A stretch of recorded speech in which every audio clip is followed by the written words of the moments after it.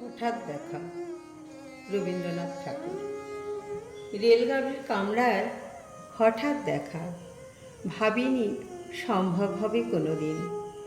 আগে ওকে বারবার দেখেছি লাল রঙের শাড়িতে, ডালিম ফুলের মতো রাঙা।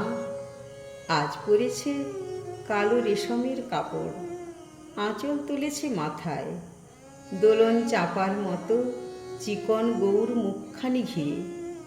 মনে হলো কালো রঙে একটা গভীর দূরত্ব ঘনিয়ে নিয়েছে নিজের চারদিকে, যে দূরত্ব সর্ষে ক্ষেতের শেষ সীমানায় শালবনের নীলাঞ্জনে। থমকে গেল আমার সমস্ত মনটা। চেনা লোককে দেখলেন অচেনার গাম্ভীর্যে। হঠাৎ খবরের কাগজ ফেলে দিয়ে আমাকে করলে নমস্কার। সমাজবিধির পথ গেল খুলে। আলাপ করলেন শুরু, কেমন আছো, কেমন চলছে সংসার ইত্যাদি। সে রইল জানলার বাইরের দিকে চেয়ে, যেন কাছের দিনের ছোঁয়াচ পার হওয়া চাহনিতে।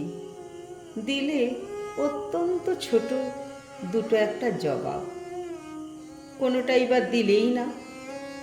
বুঝিয়ে দিলে হাতের অস্থিরতায় কেন এসব কথা। এর চেয়ে অনেক ভালো চুপ করে থাকা। আমি ছিলেম অন্য বেঞ্চিতে ওর সাথীদের সঙ্গে। এক সময়ে আঙুল নেড়ে জানালে কাছে আসতে। মনে হলো কম সাহস নয়। বসলুম ওর এক বেঞ্চিতে। গাড়ির আওয়াজের আড়ালে বললে মৃদু স্বরে, কিছু মনে করো না। সময় কোথা সময় নষ্ট করবার? আমাকে নামতে হবে পরের স্টেশনে।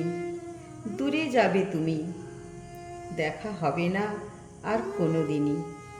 তাই যে প্রশ্নটার জবাব এতকাল থেমে আছে, শুনব তোমার মুখে। সত্য করে বলবে তো? আমি বললেন, বলবো। বাইরের আকাশের দিকে তাকিয়ে শুধলো, আমাদের গেছে যে দিন, একেবারেই কি গেছে? কিছুই কি নেই বাকি? একটুকু রইলেন চুপ করে। তারপর বললেন, রাতের সব তারাই আছে দিনের আলোর গভীরে। খটকা লাগলো, কি জানি বানিয়ে বললেন নাকি। ও বললে, থাক এখন যাও ওদিকে। সবাই নেমে গেল পরের স্টেশনে। আমি চললেন